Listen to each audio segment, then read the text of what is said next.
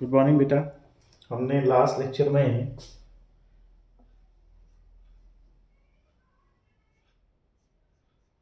Abiotic factors पढ़े, adaptations पढ़ी। अब आगे आपके चैप्टर में बेटा बहुत इंटरेस्टिंग टॉपिक है पॉपुलेशन।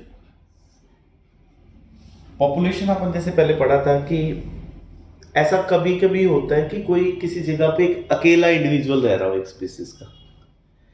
ऐसा बहुत रेयरली देखने को मिलता है कि किसी जगह पे एक single individual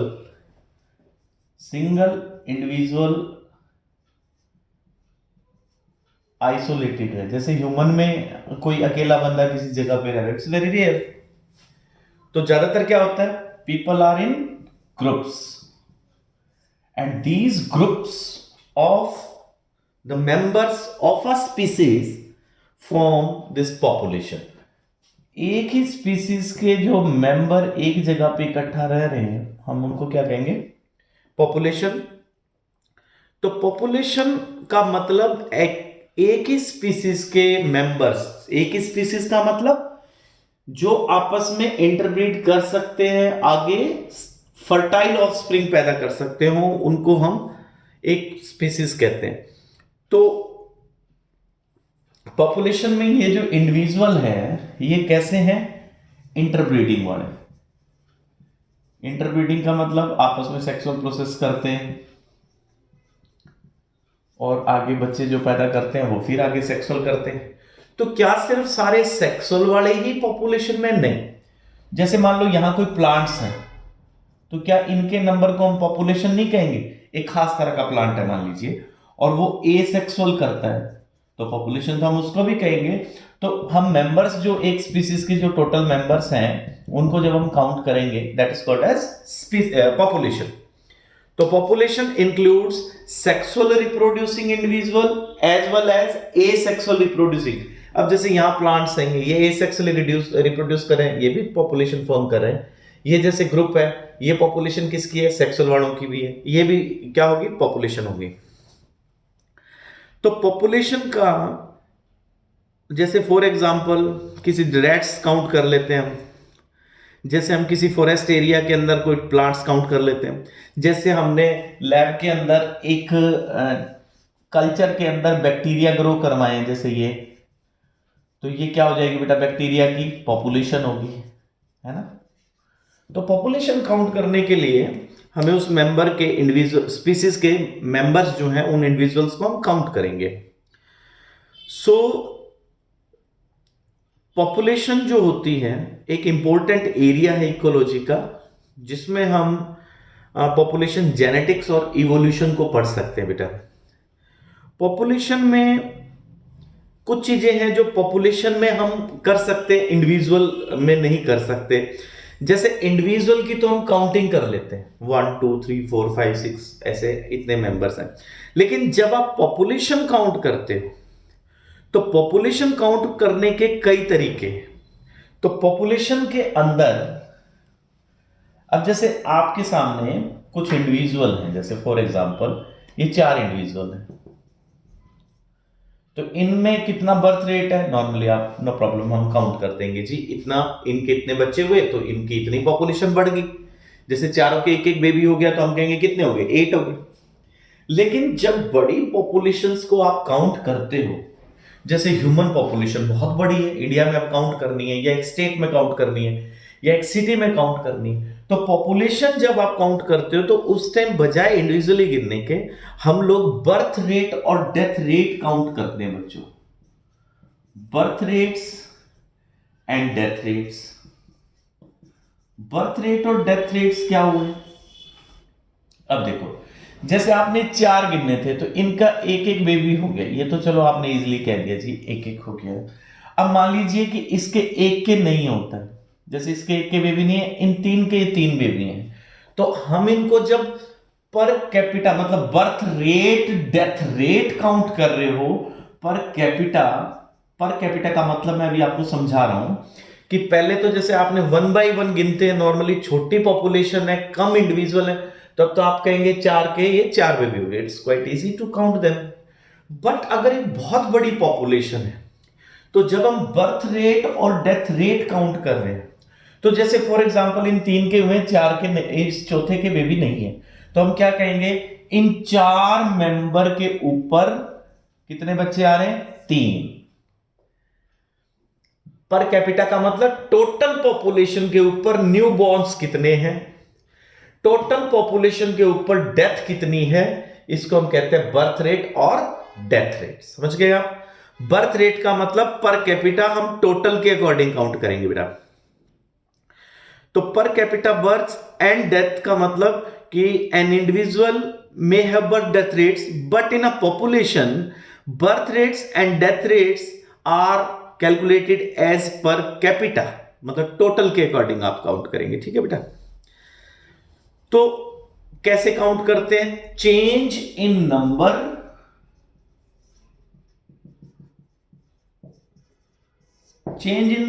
of the individuals with respect to the member of population,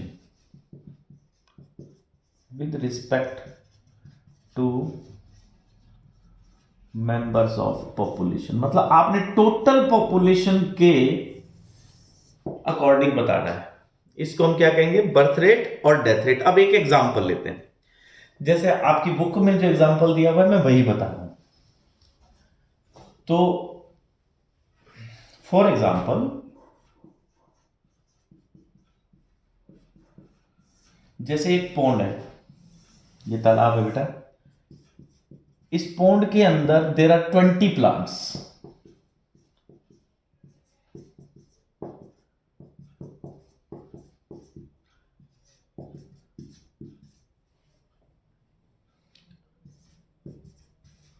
ये ए से लेके टी तक 20 प्लांट्स हैं इसके अंदर। कौन से प्लांट्स हैं, लोटस है फॉर एग्जांपल।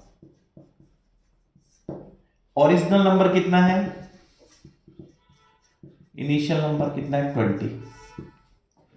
न्यू बॉर्न्स नए प्लांट्स कितने आ गए, जैसे इसमें एक ए डैश आ गया, एफ डैश आ गया, जे डैश आ गया, ओ डैश आ गया, पी डैश आ गया, एच डैश आ गया, आर डैश आ गया। फॉर एग्जांपल न्यू प्लांट्स कितने आ गए, 8।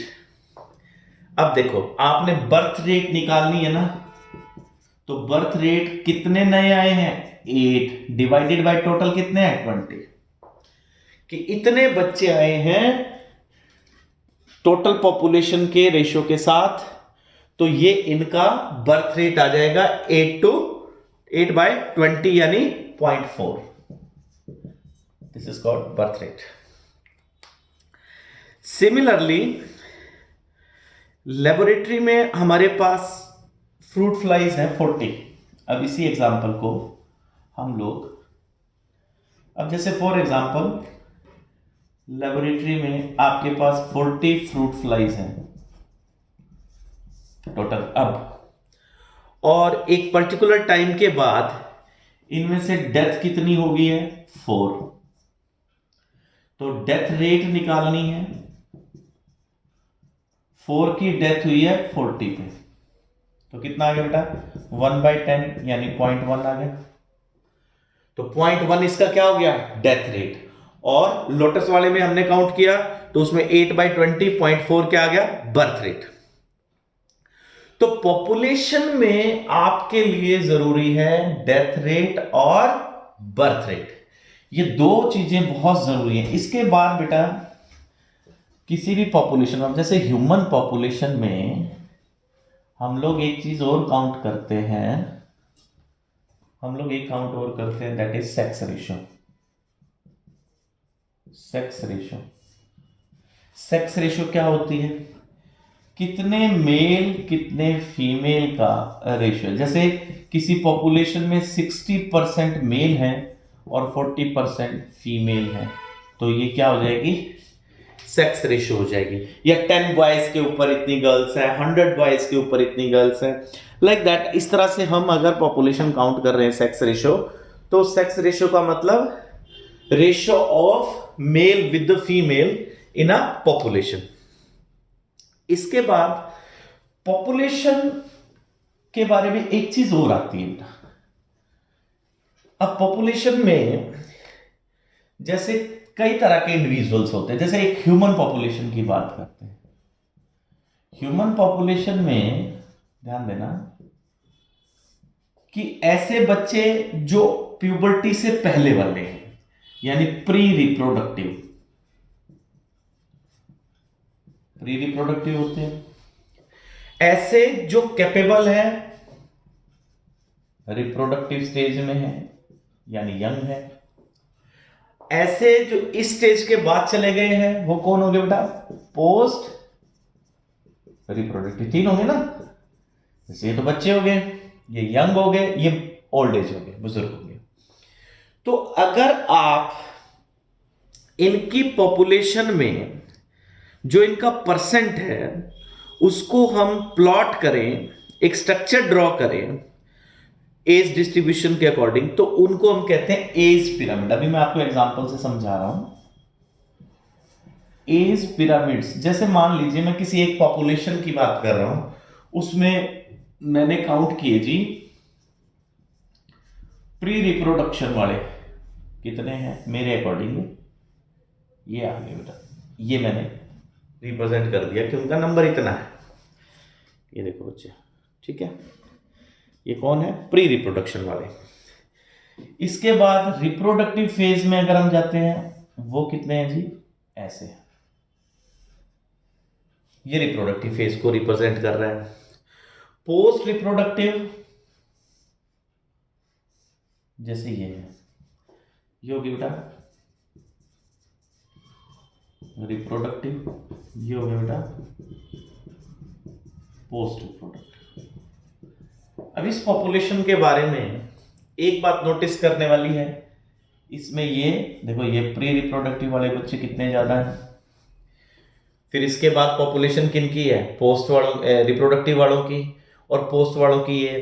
तो इसका मतलब आने वाले टाइम में ये बच्चे यहां से इस फेज में एंटर करेंगे, इस फेज से इसमें जाएंगे, मतलब जो बच्चे हैं वो अडल्ट बनेंगे, यंग होंगे, तो रिप्रोडक्टिव वाले की बढ़ जाएगी। इसका मतलब ये पॉपुलेशन आने वाले टाइम में ग्रोथ करेगी, इसका मतलब ये एक्सपेंडिंग है, एक्सपेंडिंग है मतलब बढ़ेगी। ये पॉपुलेशन आने वाले टाइम में इंक्रीज करेगी क्योंकि इसमें रिप्रोडक्टिव ज्यादा है, बच्चे जो होंगे वो रिप्रोडक्टिव में एंटर करेंगे। दूसरा बना के देखते हैं बेटा, इसमें ये है प्री रिप्रोडक्टिव, जितने प्री रिप्रोडक्टिव है उतने ही रिप्रोडक्टिव है, देखो, ठीक है। और पोस्ट रिप्रोडक्टिव जो बुजुर्ग हैं वो कम है इनसे, देखो ऐसे। तो इसमें जितने बच्चे हैं उतने यंग हैं, तो ये यंग जगह ले लेंगे बाद में। देखो क्या होगा, ये वाले बुजुर्ग बढ़ेंगे तो बच्चे यंग बन जाएंगे, तो इसका मतलब ये पॉपुलेशन क्या होगी? स्टेबल। ये नहीं बढ़ेगी क्योंकि जितने यंग ओल्ड एज में जाएंगे उतने ही बच्चे यंग में आ जाएंगे, तो इट मींस ये पॉपुलेशन कैसी है? स्टेबल है। थर्ड है बेटा, ये जैसे प्री रिप्रोडक्टिव है, इसके बाद ये रिप्रोडक्टिव, ये ओल्ड एज। इसमें क्या होगा? बच्चे कम है, यंग ज्यादा है, ओल्ड चलो आप ये तो निकल ही जाएंगे आगे। तो इसका मतलब ये पॉपुलेशन क्या होगी? डिक्लाइन करेगी, ये रिड्यूस हो जाएगा नंबर, तो ये पॉपुलेशन कैसी होगी बेटा? डिक्लाइनिंग। तो इस तरह आप पिरामिड से शो कर सकते हैं कि कोई भी पॉपुलेशन आने वाले टाइम में whether it will expand or will decline or will be stable. So by these age pyramids you can conclude about any population. Like for example in China, China में ये प्रॉब्लम आ रही है बेटा, ये वाली, ये तो उसमें दिक्कत है। ये आप पढ़ना इसके बारे में कि वहां पे यंग कम होते जा रहे हैं क्योंकि उन्होंने एकदम से बर्थ रेट डाउन करवा दिया, उन्होंने पॉलिसी ऐसी बना दी थी बेटे। So now in your book next is what is population density? Population density, अब वैसे तो डेंसिटी का मतलब देखो, जैसे हम एक नई टर्म पढ़ रहे हैं विच इज पॉपुलेशन डेंसिटी। वैसे तो आपने फिजिक्स में पढ़ा होगा density is equal to mass by volume, ये होती है। फिजिक्स में पढ़ते हैं ना, फ्लोटिंग में पढ़ लेते हैं, आर्किमेड प्रिंसिपल में पढ़ लिया हमने। जैसे यहां इसका मतलब क्या है? यहां इसका मतलब हम डेंसिटी से ये लेते हैं कि कितने लोग कितने किलोमीटर में हैं। अब जैसे किसी कंट्री का एरिया ज्यादा है, पॉपुलेशन कम है, तो ऑब्वियसली डेंसिटी कम है। किसी की पॉपुलेशन ज्यादा है लेकिन एरिया कम है, तो ऑब्वियसली डेंसिटी ज्यादा है। तो हमने स्टेट्स में, अलग अलग स्टेट में भी ऐसे काउंट किया है। फिर कई बार ऐसा होता है कुछ पॉपुलेशन में हम नंबर नहीं काउंट कर सकते। पॉपुलेशन डेंसिटी निकालते वक्त नंबर नॉट इंपॉर्टेंट। हम लोग मास के अकॉर्डिंग, बायोमास के अकॉर्डिंग भी ले लेते हैं। जैसे आपकी बुक में एक एग्जांपल दिया हुआ है कि एक पर्टिकुलर एरिया में, जैसे वहां पे ग्रास है, एक एरिया में, जैसे हम मान लेते हैं कि यहाँ पे फील्ड के अंदर ग्रास है, यहाँ पे ये देखो ऐसे, और बीच में एक ही पेड़ है, वो दैट इज बेनियन। तो नंबर तो ग्रास का ज्यादा है, बेनियन तो अकेला है। तो जब हमारे पास ऐसा सीन है तो हम बायोमास के अकॉर्डिंग, मास किसका ज्यादा है? बेनियन का, तो इस तरह भी काउंट करते। कई जगह जैसे हमने फिश काउंट करनी है सी के अंदर, तो पर टाइम कितनी ट्रैप हो रही है उसके अकॉर्डिंग भी हम काउंट कर देते हैं। टाइगर काउंट करने थे पहले जैसे, तो उनके वेस्ट कितनी जगह पे पड़े हैं उसके अकॉर्डिंग भी हम काउंट कर लेते हैं, डेंसिटी निकाल देते हैं कि यहां चांसेस ज्यादा है इनके मिलने के। तो पॉपुलेशन डेंसिटी टर्म का मतलब नंबर से नहीं है, डिस्ट्रीब्यूशन से बेटा। ठीक है। अब एक बहुत ही इंपॉर्टेंट टॉपिक, ये हर एग्जाम में इसमें से एक क्वेश्चन आपको पक्का मिलेगा, श्योर बेटा, that is population growth and population growth curve.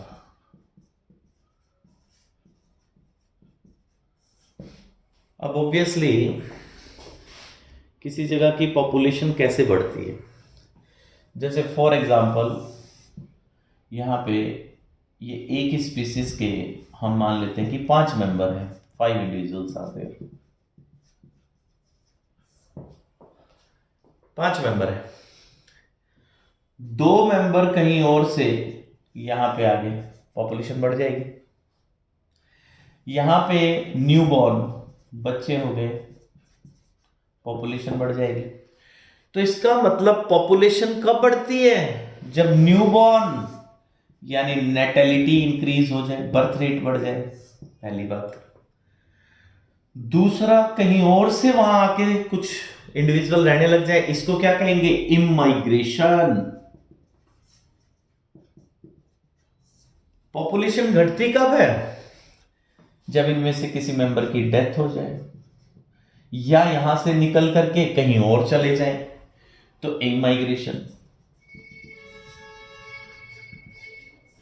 Death को क्या कहेंगे? मोर्टेलिटी। मोर्टालिटी। अब इसको हम एक ग्राफ से रिप्रेजेंट कर रहे हैं, जैसे आपकी बुक में दे रखा है। तो पॉपुलेशन की डेंसिटी कब बढ़ेगी बेटा? जैसे मैं रिप्रेजेंट कर रहा हूं अभी, सेम आपके एनसीईआरटी में है। What the factor will get affected? Population density. Density कब बढ़ेगी? जब मेंबर्स बढ़ेंगे। थोड़े एरिया में ज्यादा मेंबर आ गए, डेंसिटी बढ़ गई। तो पहला है बेटा कि नेटेलिटी, ये क्या करेगी? प्लस। नेटेलिटी का मतलब बच्चे ज्यादा जन्म हो जाए। दूसरा, कहीं से लोग आ जाए, इमाइग्रेशन। इसको रिप्रेजेंट कर रहा हूं मैं एन से, इसको रिप्रेजेंट कर रहा हूं मैं आई से, तो व्हाट विल हैपन? ये दोनों फैक्टर क्या करेंगे? They will increase the population, natality and immigration. समझ गया? बच्चे ज्यादा आए या कहीं से कोई मेंबर आके रहने लग जाए तो दे विल इंक्रीज। अब पॉपुलेशन रिड्यूस कब होगी? मोर्टालिटी,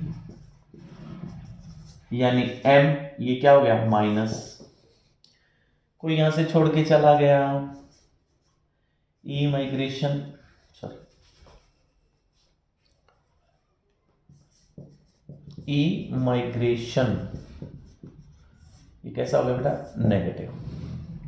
तो इसको रिप्रेजेंट करते ई से, इसको एम से, ये आई से और ये एन से।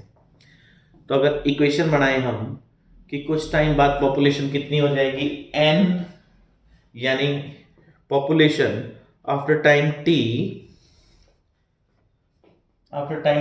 तो पहले कितनी थी, एन नॉट, प्लस कौन कौन सा करोगे, बच्चे कितने जन्म हुए, कितने नए लोग आ गए, ये तो पॉपुलेशन को बढ़ा रहा है। माइनस में क्या होगा, कितनी डेथ रेट है यानी मोर्टेलिटी है, प्लस कितनी इमाइग्रेशन है। ठीक है जी, इमाइग्रेशन है। ठीक है जी। So by this formula you can calculate whether the population density is going to increase or will decrease। Simple है बेटा, बच्चे ज्यादा जन्म लेंगे पॉपुलेशन डेंसिटी बढ़ेगी, बाहर से लोग ज्यादा आएंगे पॉपुलेशन डेंसिटी बढ़ेगी, लोग मर जाए, किसी की डेथ हो रही है पॉपुलेशन डेंसिटी घट रही है, लोग यहां से छोड़ के कहीं जा रहे हैं तो डेंसिटी रिड्यूस हो रही है। ठीक है बेटा, ठीक है बेटा, थैंक यू। जो इसका रिमेनिंग पार्ट है नेक्स्ट लेक्चर में करते हैं। Have a nice day.